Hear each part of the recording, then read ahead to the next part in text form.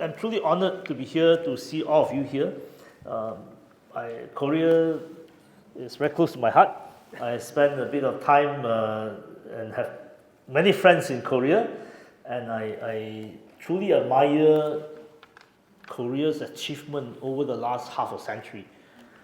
There's a professor by the name of Quen Lee at Seoul University, Seoul National University. Egan. Yeah, who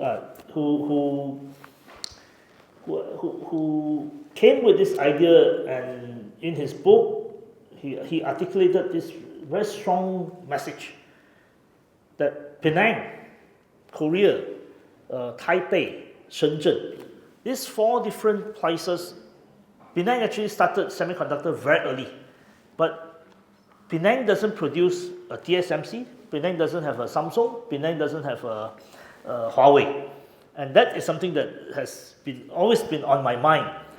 How Malaysia can take this opportunity to learn from Korea to create a mini Samsung into the future. And of course, not just Samsung, but the whole ecosystem.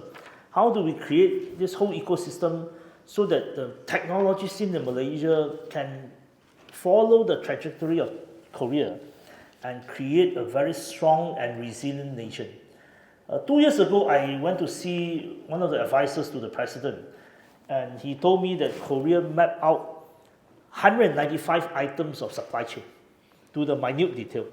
Of course, I understand that Korea is still in the warlike economy, and therefore you have that capability and ability to think through how to build a resilient supply chain. This is also something that Malaysia needs to learn from you, especially in the semiconductor industry. We as a nation has mostly practiced private investment into the semiconductor sector.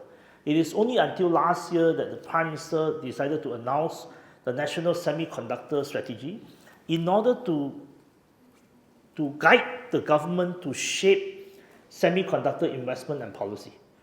While Korea has always been doing this, there is always an industrial policy on the back of the Korean government, and there's always the questions of resilient supply chain, particularly in the semiconductor industry. These are things that we want to learn, and these are the things that we want to be able to work with you, so that at least at the government to government level, you help us to think through these critical questions. Number 1, how to create a mini Samsung. Number 2, how to build a very resilient supply chain, particularly in the semiconductor sector, so that we can go into the future knowing that our supply chain is secure, and we can work with you in a complementary